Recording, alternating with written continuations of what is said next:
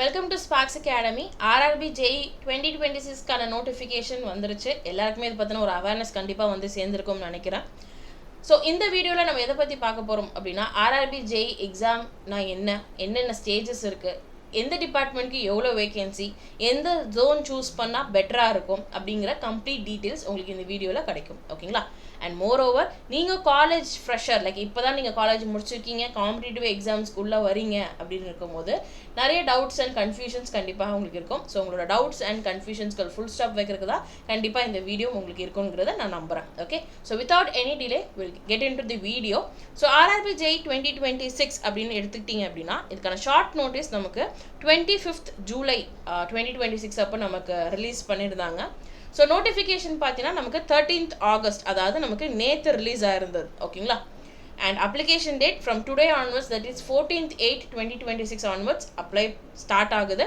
So நீங்கள் இன்னிலேருந்து தாராளமாக நீங்கள் எக்ஸாம்ஸ்க்கு அப்ளை பண்ணலாம். க்ளோசிங் டேட் அப்படின்னு பார்க்கும்போது 13th செப்டம்பர் 2026 உங்களுக்கு க்ளோஸ் ஆகுது. ஓகேங்களா? இன்னும் 1 month இருக்கே அப்படின்னு சொல்லிட்டு லெத்தார்ஜிக்காக இருக்க வேண்டாம். பிகாஸ் லாஸ்ட் மினிட்ல நீங்கள் அப்ளை பண்ணுறீங்கன்னா மைட் பி சர்வர் இஷ்யூஸ் வரலாம், பேமெண்ட் அக்செப்ட் பண்ணாது, பேமெண்ட் பண்ணுறதுல எதனா ஒரு இஷ்யூஸ் வரும். இந்த மாதிரி சில இஷ்யூஸ் வந்துட்டு நம்ம ஃபேஸ் பண்ணுறதுக்கு வாய்ப்புகள் நிறையவே இருக்குது. பிகாஸ் இது வந்துட்டு ஆல் ஓவர் இந்தியா நடக்கக்கூடிய எக்ஸாம்ஸ். ஸோ ஆப்வியஸ்லி நிறைய ஆஸ்பிரன்ஸ் வந்துட்டு அப்ளை பண்ணுவாங்க. Okay, so make sure at least ஒரு 1 week பிஃபோரே இந்த ப்ராசஸ் எல்லாமே கம்ப்ளீட் பண்ணிடுங்க. ஓகேங்களா? So last date for the application fee payment அப்படின்னு பார்க்கும்போது 15th 9 2026 நமக்கு கொடுத்துருக்காங்க. ஓகேங்களா? ஸோ இந்த டேட்ஸ் எல்லாமே கொஞ்சம் இம்பார்ட்டன்ட், பார்த்து வச்சுக்கோங்க. அண்ட் சிபிடி 1க்கான எக்ஸாம்ஸ் எப்போ வரும் அப்படின்ட்டு நமக்கு இன்னும் டேட்ஸ் அனௌன்ஸ் பண்ணலை. ஸோ யூஸ்வலாக நம்ம ஒரு சேஃபர் சைடு அப்படின்னு பார்க்கும்போது நமக்கு ஆகஸ்ட் மந்த் நோட்டிஃபிகேஷன் வந்திருக்கு. ஸோ இன்றைக்கி வந்த டேட்டில் இருந்து ஒரு 3 to 4 months நீங்கள் வந்துட்டு தாராளமாக டைம் எடுத்துக்கலாம். ஓகேங்களா? ஸோ 3 to 4 months வரைக்கும் உங்களுக்கு கையில் டைம் இருக்குது. அதுக்குள்ளே நம்ம சிலபஸும் ஈஸியாக படித்து முடிச்சிடலாம், ஒன்றும் ப்ராப்ளம் இருக்காது. ஓகே, ஸோ அடுத்து ஆர்ஆர்பி ஜேஇயோட பே ஸ்கேல் என்ன அப்படிங்கிறது பார்த்தோம்னா, லெவல் 6, தட் இஸ் 35,400 வந்துட்டு உங்களுக்கு இனிஷியல் பேயாக கொடுக்கப்படும். இது இல்லாமல் நிறைய பெனிஃபிட்ஸ் உங்களுக்கு இருக்குது. So salary as well as work nature, promotion, இதை பற்றி நம்ம எக்ஸ்க்ளூசிவாக தனியாக ஒரு வீடியோ நம்ம சூன் உங்களுக்கு லான்ச் பண்ணுறோம். ஓகேங்களா? ஸோ அடுத்து நிறைய ஆஸ்பிரன்ஸ் இருக்கக்கூடிய டவுட் என்ன அப்படின்னு பார்க்கும்போது, நான் இந்த கம்யூனிட்டி நான் வந்துட்டு அட்மோஸ்ட் எந்த ஏஜ் வரைக்கும் நான் ஆர்ஆர்பி ஜேஇ எக்ஸாம்ஸ் எழுதலாம் அப்படின்ட்டு நிறைய டவுட்ஸ், நிறைய கால்ஸ் எங்களுக்கு வந்துட்டுருக்கு. ஓகேங்களா? ஸோ ஆர்ஆர்பி ஜேஇ பொறுத்த வரைக்கும் ஏஜ் லிமிட் அவங்க கொடுத்துருக்காங்க. தட் இஸ் நீங்கள் 18 to 33 ஏஜ் குரூப் ஆஃப் கேண்டிடேட்டாக இருக்கீங்க, இர்ரெஸ்பெக்டிவ் ஆஃப் கம்யூனிட்டி, எந்த கம்யூனிட்டியாக இருந்தாலும் சரி 18 to 33 வரைக்கும் நீங்கள் இருக்கீங்க அப்படின்னா தாராளமாக இந்த எக்ஸாம்ஸ் நீங்கள் அப்ளை பண்ணலாம். ஓகேங்களா? இது மட்டும் இல்லாமல் சில கம்யூனிட்டிஸ்க்கு பார்த்தீங்கன்னா உங்களுக்கு ரிலாக்ஸேஷன்ஸ் கொடுத்துருக்காங்க. ஃபார் எக்ஸாம்பிள் SC/ST கேண்டிடேட்ஸ் பார்த்தீங்கன்னா உங்களுக்கு இந்த அப்பர் லிமிட்டோட உங்களுக்கு ஒரு 5 years ஆட் ஆன் பண்ணி கொடுத்துருக்காங்க. ஓபிசி அப்படின்னு பார்க்கும்போது 3 years உங்களுக்கு ஆட் ஆன் பண்ணி கொடுத்துருக்காங்க. சரிங்களா? ஸோ ஏஜ் லிமிட்ஸ் தெரிஞ்சு வச்சுக்கோங்க. ஓகே, அடுத்து பார்த்தீங்கன்னா ஸ்டேஜஸ் ஆஃப் எக்ஸாமினேஷன். ஸோ நீங்கள் ஆல்ரெடி ஒரு சீனியர் ஆஸ்பிரண்ட்டாக இருக்கீங்க அப்படின்னா கண்டிப்பாக உங்களுக்கு இந்த பேசிக் இன்ஃபர்மேஷன்ஸ் எல்லாமே தெரிஞ்சிருக்கும். பட் இன்கேஸ் நீங்கள் இப்போ தான் காலேஜ் முடிச்சிருக்கீங்க, first time RRB JE exams எழுத போகிறீங்க அப்படின்னா கண்டிப்பாக ஸ்டேஜஸ் ஆஃப் எக்ஸாமினேஷன், சிலபஸ், எப்படி இந்த எக்ஸாம் அப்ரோச் பண்ணோம் அப்படிங்கிற டீட்டெயில்ஸ் தெரியாமல் இந்த எக்ஸாம்ஸ்க்கு நம்ம படிக்க ஆரம்பிக்கக்கூடாது. ஓகேங்களா? ஸோ நான் குவிக்காக வந்துட்டு what are the stages and exam patterns எல்லாமே நான் உங்களுக்கு எக்ஸ்பிளைன் பண்ணிடுறேன். ஸோ ஸ்டேஜஸ் அப்படின்னு எடுத்துக்கிட்டிங்கன்னா டோட்டலி வி ஹாவ் 3 stages. ஓகேங்களா? ஸோ ஃபஸ்ட்டு ஸ்டேஜ் அப்படின்னு பார்க்கும்போது CBT 1 அப்படின்னு நம்ம சொல்லுவோம், அதாவது ப்ரிலிம்ஸ் அப்படின்னு நம்ம சொல்லலாம். ஸோ ப்ரிலிம்ஸ் எக்ஸாம்ஸ் நீங்கள் எழுதி முடிச்சு நீங்கள் கிளியர் பண்ணுறீங்க அப்படின்னா அடுத்து வந்துட்டு உங்களுக்கு CBT 2, அதாவது மெயின்ஸ் எக்ஸாமினேஷன்ஸ் இருக்கும். இதில் தான் உங்களோட டெக்னிக்கல் பேப்பர்ஸ் எல்லாமே உங்களுக்கு கான்சென்ட்ரேட் பண்ணப்படும். இது எல்லாமே பார்த்தீங்கன்னா உங்களுக்கு ஜென்ரல் சப்ஜெக்ட்ஸாக தான் இருக்கும். சரிங்களா? அதாவது ஜென்ரல் அவேர்னஸ் அப்படின்னு நம்ம சொல்லுவோம். ஓகேங்களா? ஜென்ரல் சப்ஜெக்ட்ஸ் உங்களுக்கு இருக்கும். CBT 2ன்னு பார்க்கும்போது உங்களோட டெக்னிக்கல் பேப்பர், ஒரு கோர் பேப்பர் கண்டிப்பாக இதில் இன்க்ளூட் பண்ணப்படும். தேர்ட் ஸ்டேஜஸ் அப்படின்னு பார்க்கும்போது DV, அதாவது டாக்குமெண்ட் வெரிஃபிகேஷன் அப்படின்னு சொல்லுவோம். ஓகேங்களா? ஸோ ப்ரிலிம்ஸ்னு எடுத்துக்கிட்டிங்கன்னா எக்ஸாம் பேட்டர்ன் அப்படின்னு பார்க்கும்போது டோட்டலாக உங்களுக்கு ஒரு 100 questions இருக்கும். ஓகேங்களா? என்னென்ன சப்ஜெக்ட்ஸ் அப்படின்னு பார்க்கும்போது maths, general intelligence and reasoning, general awareness, general science. ஓகேங்களா? Maths is nothing but aptitude. ஓகேங்களா? ஸோ லைக் நம்ம காலேஜ் இன்ஜினியரிங்கில் படித்த மேக்ஸ்லாம் வருமானு கேட்டால் கிடையாது. பேசிக் ஆப்டிடியூட் உங்கள் 10th லெவல் மட்டும்தான் இருக்கும். ஓகே, அடுத்து general intelligence and reasoning, nothing but reasoning. Again அதுவுமே கொஞ்சம் பேசிக்ஸாக தான் இருக்கும். ஜென்ரல் அவேர்னஸ் அப்படின்னு பார்க்கும்போது உங்களுக்கு like polity, economics, geography, history, இந்த மாதிரி சப்ஜெக்ட்ஸ் உங்களுக்கு கரண்ட் அஃபேர்ஸ் இதெல்லாமே உங்களுக்கு இன்க்ளூட் பண்ணப்படும். அடுத்து ஜென்ரல் சயின்ஸ். ஓகேங்களா, ஸோ டோட்டலாக பார்த்தீங்கன்னா 100 கொஷின்ஸ் இருக்குது. அண்ட் ஒரு சப்ஜெக்ட்லேருந்து எவ்வளோ கொஷின்ஸ் கேட்கப்படும் அப்படிங்கிறதும் கொடுத்துட்டாங்க. ஓகேங்களா, அப்போ இங்கே வெயிட்டேஜான சப்ஜெக்ட் எது அப்படின்னு பார்க்கும்போது your aptitude, that is maths, அதுக்கப்புறம் பார்த்தீங்கன்னா ஜென்ரல் சயின்ஸ்.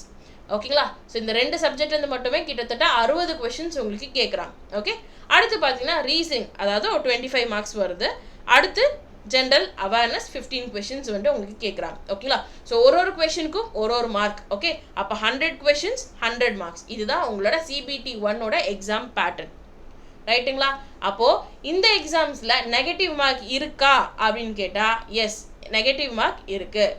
ஓகேங்களா, ஸோ 1/3 வந்துட்டு உங்களுக்கு நெகட்டிவ் மார்க்ஸ் கொடுக்குறாங்க. ஓகேங்களா, ஸோ நெகட்டிவ் மார்க்ஸ் அப்படின்னு பார்த்தோன்னா பயப்பட வேணாம். பிகாஸ் நம்மளோட ஆஸ்பிரன்ஸ் பார்த்தீங்கன்னா சென்ட்ரல் கவர்மெண்ட் எக்ஸாம்ஸ்னாலே பயப்படுவாங்க. அடுத்து நெகட்டிவ் மார்க் இருக்கா ஐயோ அப்படின்னு சொல்லிட்டு பயப்படுவாங்க.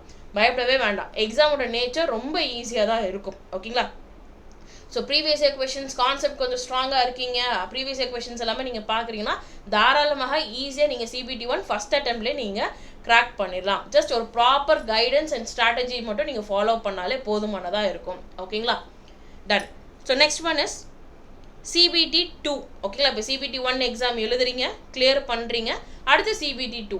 CBT 2ல நோட்டிஃபிகேஷனில் நமக்கு ஒரு சென்டென்ஸ் கொடுத்துருக்காங்க. என்ன அப்படின்னு பார்க்கும்போது CBT 2க்கு நாங்கள் எவ்வளோ கேண்டிடேட்ஸை கால் பண்ணுவோம் அப்படின்னு பார்க்கும்போது உங்களோட கம்யூனிட்டி வைஸ் டோட்டல் வேகன்சியை விட 15 டைம் எக்ஸ்ட்ராவாக நாங்கள் கூப்பிடுவோம். ஃபார் எக்ஸாம்பிள், நீங்கள் வந்துட்டு சென்னை ஜோன் சூஸ் பண்ணுறீங்க. ஓகேங்களா, அதில் நீங்கள் ஒரு சிவில் இன்ஜினியரிங் ஆஸ்பிரண்ட்டாக இருக்கீங்க.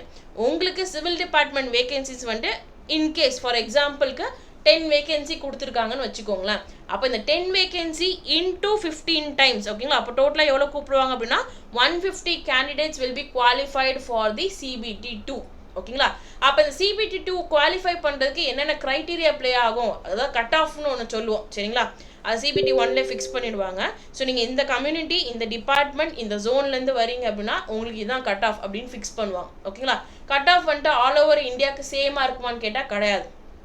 பிகாஸ் ஒரு ஜோனுக்கு உங்களுக்கு வேகன்சி அதிகமாக இருக்கும், சில ஜோனில் உங்களுக்கு வேகன்சி கம்மியாக இருக்கும். ஓகேங்களா, இந்த மாதிரி நிறைய வேரியேஷன்ஸ் இருக்குது. ஸோ அதனால் ஆல் ஓவர் இந்தியா எல்லாருக்கும் சேர்ந்து ஒரே கட் ஆஃப்னு கேட்டால் கிடையாது. ஜோன் வைஸ் உங்களுக்கு கட் ஆஃப் மாறும், டிபார்ட்மெண்ட் வைஸ் கட் ஆஃப் மாறும். அதே மாதிரி CBT எக்ஸாம் இது. ஓகேங்களா, அப்படி பார்க்கும்போது உங்களுக்கு டிஃப்ரெண்ட் டேஸில் வந்து எக்ஸாம்ஸ் வரும். கிட்டத்தட்ட ஒரு 3 to 4 டேஸ் கண்டினியூஸாக எக்ஸாம் நடக்கும். ஒரு நாளில் பார்த்தீங்கன்னா உங்களுக்கு 3 to 4 ஷிஃப்ட்ஸ் நடக்கும். ஓகேங்களா, அப்போது ஒரு ஷிஃப்ட் ஆஃப் கேண்டிடேட்ஸ் பார்த்தீங்கன்னா மேபி கொஸ்டின் பேப்பர் ரொம்ப ஈஸியாக இருக்கலாம். இன்னொரு கேண்டிடேட் பார்த்தீங்கன்னா மேபி கொஞ்சம் மீடியமாக இருக்கலாம், இன்னொரு பேட்சுக்கு மேபி டஃப்பாக இருக்கலாம். ஓகேங்களா, ஸோ அதனால் என்ன பண்ணுறாங்க அப்படின்னா நார்மலைசேஷன் பண்ணுவாங்க.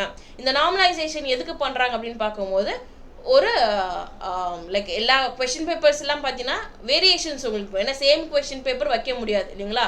கொஷின்ஸ் மேபி நமக்கு அவுட் ஆக சான்சஸ் இருக்குது. அதனால் ஒவ்வொரு பேட்சுக்கும் பார்த்தீங்கன்னா உங்கள் கொஷின்ஸ் வந்துட்டு புதுசாக தான் இருக்கும், எதுவுமே ரிப்பீட் ஆகாது. மேபி 1 or 2 கொஷின்ஸ் உங்களுக்கு ரிப்பீட் ஆகலாம், மற்றபடி 98% உங்கள் கொஷின்ஸ் ரிப்பீட் ஆகாத மாதிரி தான் பார்த்துப்பாங்க. ஓகேங்களா, ஸோ அப்படி இருக்கும்போது ஒரு ஜஸ்டிஃபிகேஷன்ஸ் நம்ம கொடுக்கணும். மேபி சில பேருக்கு பார்த்தீங்கன்னா கொஸ்டின் பேப்பர் டஃப்பாக இருக்கலாம், அப்போ அவங்க ஆப்வியஸ்லி கட் ஆஃப் கம்மியாகும். சில பேருக்கு கொஸ்டின் பேப்பர் ஈஸியாக இருக்கலாம், அவங்க கட் ஆஃப் வந்துட்டு அதிகமாகும் இல்லைங்களா. ஸோ அதனால் அது எல்லாமே நார்மலைஸ் பண்ணுறதுக்கு தான் இந்த நார்மலைசேஷன் அப்படின்னு ஒரு சிஸ்டமாக உள்ளே கொண்டு வராங்க. ஸோ நார்மலைசேஷன் எப்படி பண்ணுறாங்க அப்படிங்கிறதும் நம்ம தனியாக எக்ஸ்க்ளூசிவாக ஒரு வீடியோ போடுறோம். பிகாஸ் அது பெரிய கண்டென்ட். ஓகேங்களா, ஸோ அது வந்துட்டு நம்ம தனியாக உங்களுக்கு நம்ம டீட்டெயிலாக எக்ஸ்பிளைன் பண்ணுவோம். ஓகேங்களா, ஸோ CBT 2ஓட பேட்டர்ன் அப்படின்னு பார்க்கும்போது டோட்டலாக எவ்வளோ கொஷின்ஸ் இருக்கும் அப்படின்னா 150 கொஷின்ஸ் இருக்கும். And duration of the exams பார்த்தீங்கன்னா 120. ஓகேங்களா, ஸோ இங்கே தெரியும் டைமிங் கம்மியாக இருக்குது, நம்பர் ஆஃப் கொஷின்ஸ் அதிகமாக இருக்குது. அப்போது உங்களோட ஸ்பீடை நீங்கள் இன்க்ரீஸ் பண்ணணும். அது நீங்கள் Day 1லேருந்து நீங்கள் ப்ராக்டிஸ் பண்ணணும். ஓகேங்களா, அடுத்து இதில் என்னென்ன சப்ஜெக்ட்ஸ் இருக்குது அப்படின்னு பார்க்கும்போது general awareness, physics and chemistry, computers and applications, அது பேசிக் தான். ஸோ அதை பற்றி பயப்பட வேணாம். அதே மாதிரி basics of environment and pollution control, technical abilities. இந்த டெக்னிக்கல் எபிலிட்டிஸ் தான் உங்களோட technical paper like civil engineering, mechanical, EC, EEE, CSE இது எல்லாமே உங்களுக்கு இல்லை இன்க்ளூட் ஆகும். சரிங்களா, டன். இப்போ CBT 2 எக்ஸாம்ஸ்க்கு அகெயின் ஒரு கட் ஆஃப் ஃபிக்ஸ் பண்ணுவாங்க. அந்த கட் ஆஃப் வந்துட்டு மறுபடியும் நான் சொன்ன மாதிரி சென்டராக இருக்கட்டும், வேகன்சியாக இருக்கட்டும், அதுக்கடுத்து பார்த்தீங்கன்னா நேச்சர் ஆஃப் தி எக்ஸாமினேஷன், நார்மலைசேஷன்லாம் பண்ண போக இந்த கம்யூனிட்டி, இந்த ஜோன், இந்த டிபார்ட்மெண்ட்க்கு இவ்வளோ தான் கட் ஆஃப் அப்படின்ட்டு ஒரு ரேஞ்ச் ஃபிக்ஸ் பண்ணுவாங்க. ஓகேங்களா? ஸோ அதுலேயுமே நீங்கள் கிளியர் பண்ணுறீங்க அப்படின்னா அடுத்து பார்த்தீங்கன்னா உங்களுக்கு டாக்குமெண்ட் வெரிஃபிகேஷன் ப்ராசஸ் வந்துட்டு உங்களுக்கு இருக்கும். ஓகேங்களா? Done. So these are the basic informations. Like இதுதான் எக்ஸாமோட ஸ்டேஜஸ், இதுதான் எக்ஸாமோட பேட்டர்ன் அப்படின்ட்டு ஒரு ஓவர்வியூ நான் உங்களுக்கு ப்ரொவைட் பண்ணி கொடுத்துருக்கேன். இன்கேஸ் இதுலேயே எதனா டவுட் இருக்குது அப்படின்னா தாராளமாக நீங்கள் அகாடமி நம்பருக்கு காண்டாக்ட் பண்ணுங்கள். உங்களுக்கு இண்டிவிஜுவலாக டவுட்ஸ் எல்லாமே கிளாரிஃபை பண்ணப்படும். ஓகேங்களா? ஸோ அடுத்து இப்போ நம்ம எதை பற்றி பார்க்க போகிறோம் அப்படின்னு பார்த்தீங்கன்னா ஆர்ஆர்பி ஜேஇல பார்த்தீங்கன்னா என்னென்ன டிபார்ட்மெண்ட்ஸ், என்னென்ன சப் டிபார்ட்மெண்ட்ஸ் இருக்குது, அதுக்கு யாரெல்லாம் எலிஜிபிள், எஜுகேஷன் குவாலிஃபிகேஷன்ஸ் என்னென்ன இருக்கணும் அப்படிங்கிறத இப்போ நம்ம பார்க்க போகிறோம். ஓகே. ஸோ இந்த எலக்ட்ரிக்கல் அப்படின்னு கொடுத்துருக்காங்க இல்லையா, அதாவது கேட்டகரி நம்பர் 1ல இருந்து கேட்டகரி நம்பர் 9 வரைக்கும். ஸோ கேட்டகரி நம்பர் நீங்கள் தெரிஞ்சு வச்சுக்கணும். ஓகேங்களா? பிகாஸ் நீங்கள் ஃபைனலாக அப்ளை பண்ணும் போது லாஸ்ட் ஸ்டேஜில் பார்த்தீங்கன்னா கேட்டகரி சூஸ் பண்ண சொல்லணும். அப்போ கேட்டகரி, எந்த கேட்டகரி, என்ன டிபார்ட்மெண்ட், என்ன sub department and educational qualification என்ன அப்படின்னு தெரிஞ்சிருச்சுன்னா நீங்கள் அதுக்கேற்ற மாதிரி நீங்கள் அப்ளை பண்ணிக்கலாம். ஓகேங்களா? ஸோ எலக்ட்ரிக்கல் அப்படின்னு கொடுத்துருக்க எல்லா டிபார்ட்மெண்ட்க்கும் யார் யாரெல்லாம் எலிஜிபிள் அப்படின்னா obviously electrical departments are eligible. இதை தாண்டி மெக்கானிக்கல் ஆல்சோ எலிஜிபிள். ஸோ நீங்கள் ஒரு மெக்கானிக்கல் ஆஸ்பிரண்ட்டாக இருக்கீங்க அப்படின்னா நீங்கள் எலக்ட்ரிக்கல் வேகன்சிலையும் போயிட்டு காம்படிட் பண்ணலாம். ஓகே. அதே மாதிரி electronics aspirants are also eligible. Done. So அடுத்து இன்ஜினியரிங் அப்படின்னு கொடுத்துருக்காங்க அப்படின்னா இது எக்ஸ்க்ளூசிவாக யாருக்கு அப்படின்னு பார்த்தீங்கன்னா it's only for civil engineering aspirants. சரிங்களா? ஸோ இங்கே வந்துட்டு வேறு எந்த டிபார்ட்மெண்ட் கேண்டிடேட்ஸும் வந்து காம்படிட் பண்ண முடியாது. ஸோ மேலே நம்ம பார்த்த மாதிரி எலக்ட்ரிக்கல் அப்படின்னா மெக்கானிக்கல் வரும்னு சொன்னீங்க இல்லையா, ஸோ மெக்கானிக்கல் வரலாம், எலக்ட்ரானிக்ஸ் படித்தவங்க வந்து இதில் காம்படிட் பண்ணலாம். பட் இந்த சிவில் இன்ஜினியரிங் மட்டும் கொடுத்துருக்காங்க இல்லையா, இதில் யார் காம்படிட் பண்ண முடியும்னா only civil aspirants. Okay. Done. So வேறு என்ன டிபார்ட்மெண்ட் இருக்குது அப்படின்னு பார்க்கும்போது மெக்கானிக்கல் டிபார்ட்மெண்ட். ஸோ எப்படி நீங்கள் ட்ரிப்ளி வேகன்சியில் mechanical aspirants are also eligible நம்ம சொன்னோமோ அதே மாதிரி மெக்கானிக்கல் டிபார்ட்மெண்ட் வரும்போது மெக்கானிக்கல் எலிஜிபிள். ஓகே. இது இல்லாமல் electrical and electronics are also eligible. So okay, mechanical eligible நம்ம சொல்லிட்டோம். இப்போ அடுத்த டவுட் என்ன வரும்னா, மேம் நான் வந்துட்டு மெக்கட்ரானிக்ஸ் முடிச்சிருக்கேன், ஓகேங்களா, நான் வந்துட்டு ஆட்டோமொபைல் முடிச்சிருக்கேன், ஸோ நான் வந்துட்டு இந்த எக்ஸாமுக்கு எலிஜிபிளான்னு கேட்டால் தாராளமாக நீங்களும் இந்த எக்ஸாம்ஸ்க்கு அப்ரோச் பண்ணலாம். ஓகே. ஸோ மெக்கானிக்கல் ஆஸ்பிரண்ட்ஸ் நல்லா கவனித்து கேட்டுக்கோங்க. நீங்கள் மெக்கட்ரானிக்ஸ் ஆர் வந்துட்டு நீங்கள் ஆட்டோமொபைல், ப்ரொடக்ஷன் இன்ஜினியரிங் இந்த மாதிரி நீங்கள் டொமைன்ஸ்லாம் சூஸ் பண்ணி உங்களோட டிகிரி நீங்கள் முடிச்சிருக்கீங்கன்னா நீங்களும் இந்த எக்ஸாம்ஸ்க்கு eligible. You can also apply. Okay. Done. So அடுத்து பார்க்கும்போது எஸ்என்டி. ஓகேங்களா? ஸோ எஸ்என்டியில் யார் யார் எலிஜிபிள் அப்படின்னு பார்க்கும்போது electrical, electronics, information technology and computer science engineering aspirants can apply for this post. ஓகேங்களா? பெரும்பாலும் சிஎஸ்சி ஆஸ்பிரண்ட்ஸ் பார்த்தீங்கன்னா எங்களுக்கு வேகன்சியே பெருசாக வர மாட்டேங்குது, நிறைய எக்ஸாம்ஸ்லாம் கண்டக்ட் பண்ண மாட்டேங்கிறாங்க அப்படின்னு ரொம்ப ஃபீல் பண்ணுவாங்க. ஸோ உங்களுக்கு இது ஒரு நல்ல ஒரு ஆப்பர்ச்சுனிட்டி அப்படிங்கிறது சொல்லலாம். ஓகேங்களா? ஸோ நீங்கள் தாராளமாக ஆர்ஆர்பி ஜே எக்ஸாம்ஸ் எல்லாமே நீங்கள் அப்ரோச் பண்ணலாம். ஓகே. ஸோ இதை தாண்டி வேறு என்ன டிபார்ட்மெண்ட் இருக்குது அப்படின்னு பார்த்தீங்கன்னா ஸ்டோர்ஸ், அதாவது டிஎம்எஸ் அப்படின்னு நம்ம சொல்லுவோம். ஸோ இங்கே பார்க்கும்போது உங்களுக்கு ஒரு வார்த்தை கொடுத்துருக்காங்க, அதாவது நீங்கள் எந்த டிசிப்ளினில் இருந்தாலும் சரி, எந்த இன்ஜினியரிங் டிகிரி நீங்கள் முடிச்சிருந்தாலும் சரி, நீங்கள் இந்த எக்ஸாம்ஸ்க்கு அப்ரோச் பண்ணலாம் அப்படிங்கிறத கொடுத்துருக்காங்க. ஓகே. ஸோ அடுத்த டவுட் என்ன வரும் அப்படின்னா, மேம் இங்கே எல்லாமே டிப்ளமோ கொடுத்துருக்காங்க, நான் டிப்ளமோலாம் படிக்கல, நான் வந்துட்டு டைரக்ட் பி ஆஸ்பிரண்ட், நான் இந்த எக்ஸாம்ஸ்க்கு எழுதலாமா அப்படின்னு கேட்டால் எஸ் யூ கேன். ஓகேங்களா? So higher qualifications such as B.Tech are also acceptable. So தாராளமாக நீங்கள் டிப்ளமோ முடிக்காமல் டேரெக்டாக வந்துட்டு B.Tech முடிச்சிருக்கீங்க அப்படின்னா நீங்கள் இந்த எக்ஸாம்ஸ்க்கு அப்ளை பண்ணலாம். நான் டிப்ளமோவும் முடிச்சிருக்கேன், டிகிரியும் முடிச்சிருக்கேன், நான் இந்த எக்ஸாம்ஸ்க்கு எலிஜிபிளான்னு கேட்டால் நீங்களும் இந்த எக்ஸாம்ஸ்க்கு எழுதலாம். ஓகேங்களா? So these are the like department as well as education qualification பற்றின ஒரு சின்ன இன்ஃபர்மேஷன்ஸ். சரி, ஓகே. நோட்டிஃபிகேஷன் பார்த்த உடனே நம்ம எல்லாருக்குமே ஒரு சந்தோஷம் வந்திருக்கும். That is total number of vacancy பார்த்தீங்கன்னா 3993 வந்துட்டு கொடுத்துருக்காங்க அப்படின்ட்டு. So aspirants make a note of it. 3993ங்கிறது டோட்டல் வேகன்சி. நம்ம இந்த 3993க்குமே எலிஜிபிளான்னு கேட்டால் கிடையாது. ஸோ நம்ம எந்த ஜோன் சூஸ் பண்ண போகிறோங்கிறது இம்பார்ட்டன்ட், நம்ம எந்த இன்ஜினியரிங் கேண்டிடேட் அப்படிங்கிறது இம்பார்ட்டன்ட். ஓகேங்களா, உங்களோட ஜோன்ஸ்க்கு உங்களோட கம்யூனிட்டிக்கு எவ்வளோ வேகன்சி இருக்குங்கிறத நீங்கள் பார்த்து வச்சுக்கணும்.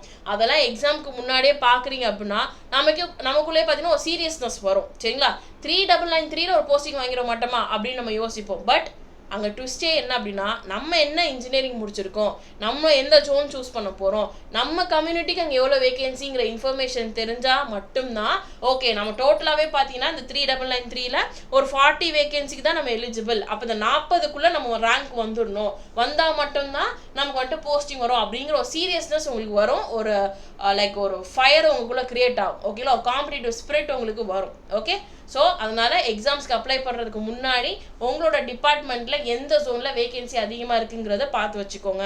அது எப்படி மேம் பார்க்குறது அப்படின்னு கேட்டால் நோ நீட் டு வரி, அதுவுமே இந்த வீடியோவில் நம்ம இன்ஃபர்மேஷன்ஸ் கொடுத்துறோம். ஓகேங்களா, ஸோ ஜோன் வைஸ் வேகன்சிஸ் நம்ம பார்க்க போகிறோம்.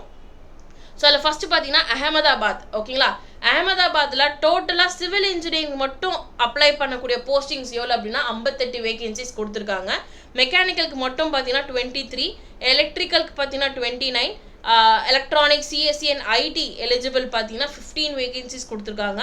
ஸ்டோர் அதாவது டிஎம்எஸ் அப்படின்னு நம்ம சொல்லுவோம். ஓகேங்களா, ஸோ இது பார்த்தீங்கன்னா 18 வேகன்சிஸ் கொடுத்துருக்காங்க. எஸ்என்டிக்கு இங்கே வேகன்சிஸ் கொடுக்கப்படலை. ஓகே, ஸோ அப்படி பார்க்கும்போது இந்த மெக்கானிக்கல் வரும்போது நான் என்ன சொல்லியிருக்கேன், electrical aspirants can also apply for this post. ஓகேங்களா, அதே மாதிரி electrical vacancy mechanical can also apply. Okay, so அப்போது இந்த 2 வேகன்சி நீங்கள் ஆட் ஆன் பண்ணி பார்க்கணும் if we belong to mechanical or electrical department.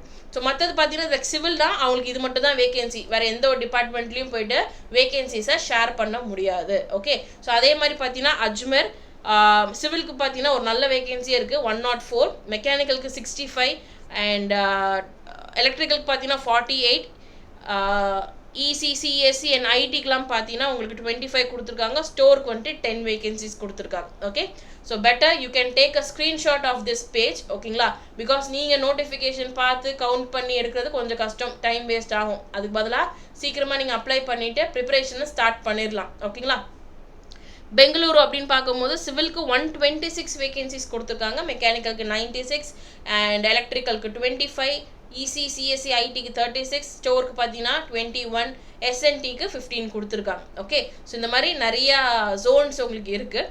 இப்போ இதில் இன்னொரு டவுட் என்ன வரும் அப்படின்னு பார்க்கும்போது, before that I need to say one thing. நம்ம எல்லாருமே சென்னை இல்லைங்களா, ஸோ சென்னையில் எவ்வளோ வேகன்சி அப்படிங்கிறத பார்த்துடலாம்.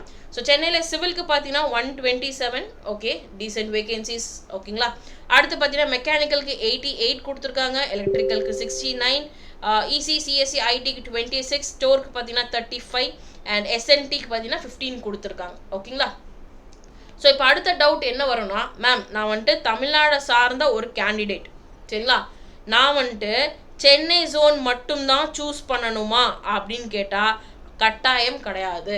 நீங்கள் உங்கள் சொந்த ஊர்லேயே வேலை பார்க்கணுன்னு நினைக்கிறீங்க, உங்களோட ஸ்டேட்லேயே நீங்கள் வேலை பார்க்கணுன்னு உங்களுக்கு ஒரு இன்டென்ஷன் இருந்தால் மட்டும் நீங்கள் சென்னை ஜோன் நீங்கள் சூஸ் பண்ணலாம்.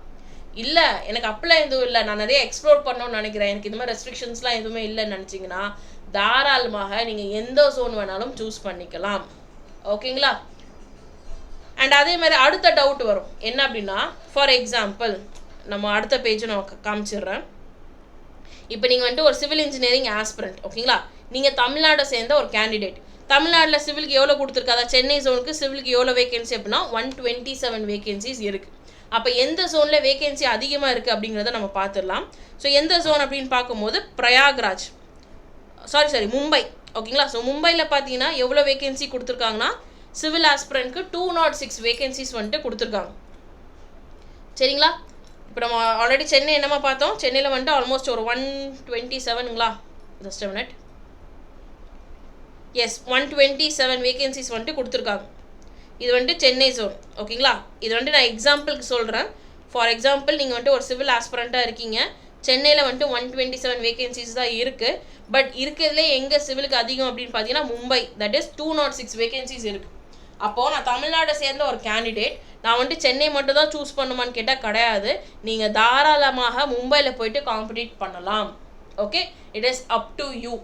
சரிங்களா, சரி இப்போ நான் மும்பை ஜோன் வந்துட்டு நான் சூஸ் பண்ணிட்டேன். அப்போது ஒவ்வொரு எக்ஸாமுக்கும் அதாவது CBT 1 CBT 2க்குலாம் நான் மும்பைக்கு போகணுமான்னு கேட்டால் அதுவும் அவசியம் இல்லை. ஓகேங்களா? ஸோ உங்களுக்கு உங்களோட ரெசிடென்சி எங்கே இருக்கோ அதுக்கு பக்கத்தில் தான் சென்டர் போடுவாங்க. சரிங்களா?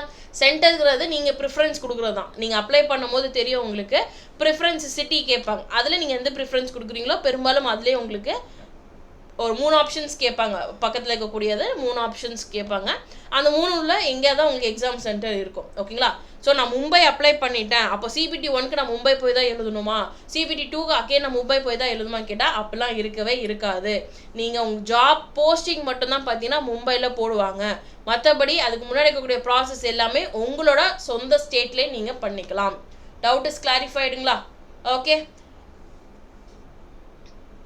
ஸோ அடுத்து இப்போது ஃபார் எக்ஸாம்பிள் சென்னையில் வந்துட்டு ஒரு 127 வேகன்சிஸ் இருக்குது, நான் போய் மும்பை சூஸ் பண்ணுறேன். உங்களை மாதிரி நிறைய பேர் யோசிப்பாங்க. ஓகேங்களா? ஸோ மும்பை ஜோன் சூஸ் பண்ணுறதுல ஒரு பாசிட்டிவ் இருக்குது, ஒரு நெகட்டிவிட்டியும் இருக்குது. ஓகேங்களா? பாசிட்டிவ்னஸ் என்ன அப்படின்னு பார்க்கும்போது வேகன்சி அங்கே அதிகமாக இருக்குது. அப்போது ஆப்வியஸ்லி நெகட்டிவ் என்னவாக இருக்கும்? நெகட்டிவ் நம்ம சொல்ல முடியாது. ஒரு மைனர் டிஸ்அட்வான்டேஜ் என்னவாக இருக்கும்னா அங்கே நம்பர் ஆஃப் அப்ளிகேஷன்ஸ் கண்டிப்பாக அதிகமாக விழும். ஓகேங்களா? அப்போ அங்கே கட் ஆஃபும் அதிகமாக தான் இருக்கும். புரியுதுங்களா? ஏன்னா எனக்கு எவ்வளோ ஆட்கள் தேவை? 206 ஆட்கள் தான் தேவை. அங்கே 2 லட்சம் வேகன்சி 2 லட்சம் அப்ளிகேஷன்ஸ் வந்துச்சு அப்படின்னா கண்டிப்பாக அங்கே நான் கட் ஆஃப் வந்துட்டு எப்படி செட் பண்ணுறேன் அப்படின்னா அதிகமாக செட் பண்ணுவேன். அதிகமாக செட் பண்ணால் மட்டும்தான் நிறைய பேரை நல்லா ஃபில்டர் அவுட் பண்ண முடியும். கரெக்டுங்களா? ஸோ அதனால் அங்கே கட் ஆஃப் அதிகமாக இருக்கும். சரிங்களா?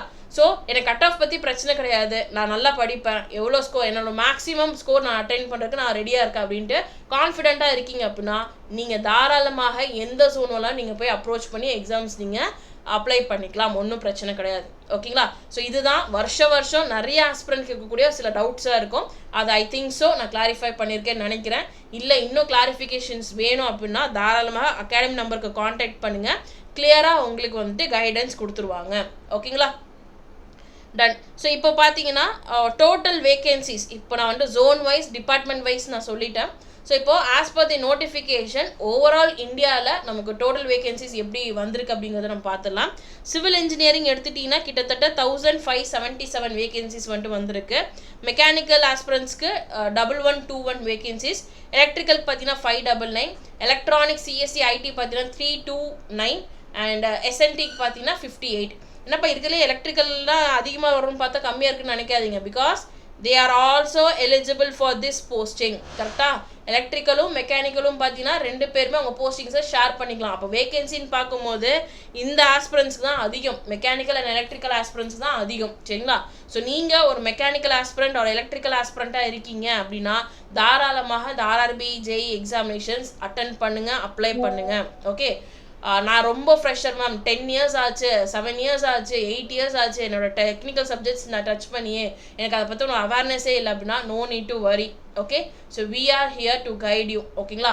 ஸோ உங்களுக்கு ஒரு ஃப்ரீ மென்டாரிங் வேணும்னாலும் நம்ம அகாடமி நீங்கள் ரீச் அவுட் பண்ணலாம். அண்ட் நம்ம அகாடமியில் பார்த்தீங்கன்னா RRB JEE CBT 1 and 2க்கான எக்ஸ்க்ளூசிவ் பேட்சஸ் அப்படின்னு பார்க்கும்போது August 20லேருந்து நம்ம நியூ பேட்ச் நம்ம ஸ்டார்ட் பண்ணுறோம். ஓகேங்களா? ஸோ ஆல்ரெடி ஒரு பேட்ச் ஸ்டார்ட் பண்ணிவிட்டு ரன் ஆகிட்டு இருக்கு.